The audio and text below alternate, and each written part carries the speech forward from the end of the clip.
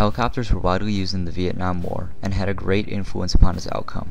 They served many roles that were vital to the war effort, which included observation and scouting, ground support, transport, and aerial assault. Helicopters in Vietnam gave the U.S. military a great mobility advantage over the enemy. They were used for transportation of both men and supplies to the front line. This helped strengthen the new search and destroy strategy that was employed during the war. Troops were now able to be deployed and evacuated quickly in areas where vehicles and airplanes were not able to reach. These aircraft helped keep the soldiers alive and well. They were also used to transport the military's equipment and supplies, which ranged from vehicles to weapons. This quick and efficient action kept the U.S. military functioning properly.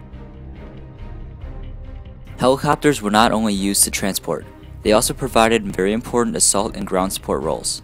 The widely used UH-1 Huey series of transport helicopters were converted into an assault and ground support helicopter to fill the role of a much-needed assault gunship.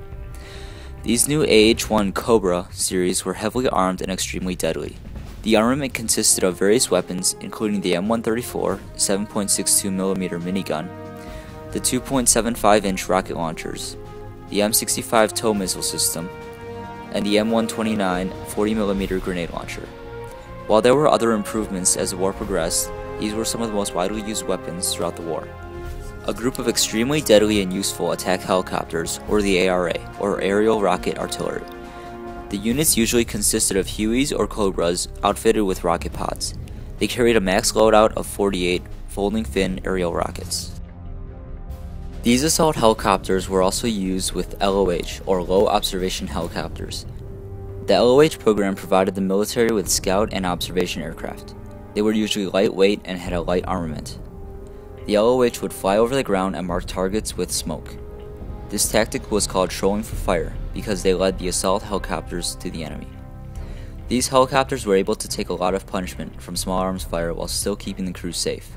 The OH-6 Loach and the OH-58 Kiowa were two of the most widely used helicopters in the LOH program. The Loach could be outfitted with an M134 minigun. Unfortunately, the vibration of the M134 was too great for the frame of the OH-58 Kiowa, until a new variation, the OH-58D Kiowa Warrior, was constructed. These two helicopters could also be used as troop transports, which shows that a majority of these helicopters were very versatile and could provide more than one service to the military. There is no denying that these aircraft had a huge impact on the Vietnam War. With all the missions they carried out and supplies moved, it's no wonder that some of these aircraft are still used to this very day. They could provide supplies, perform attack and escort missions, and most importantly of all, were very versatile. They were an indispensable asset to the war effort and proved to be an immense help to both troops in and out of the field.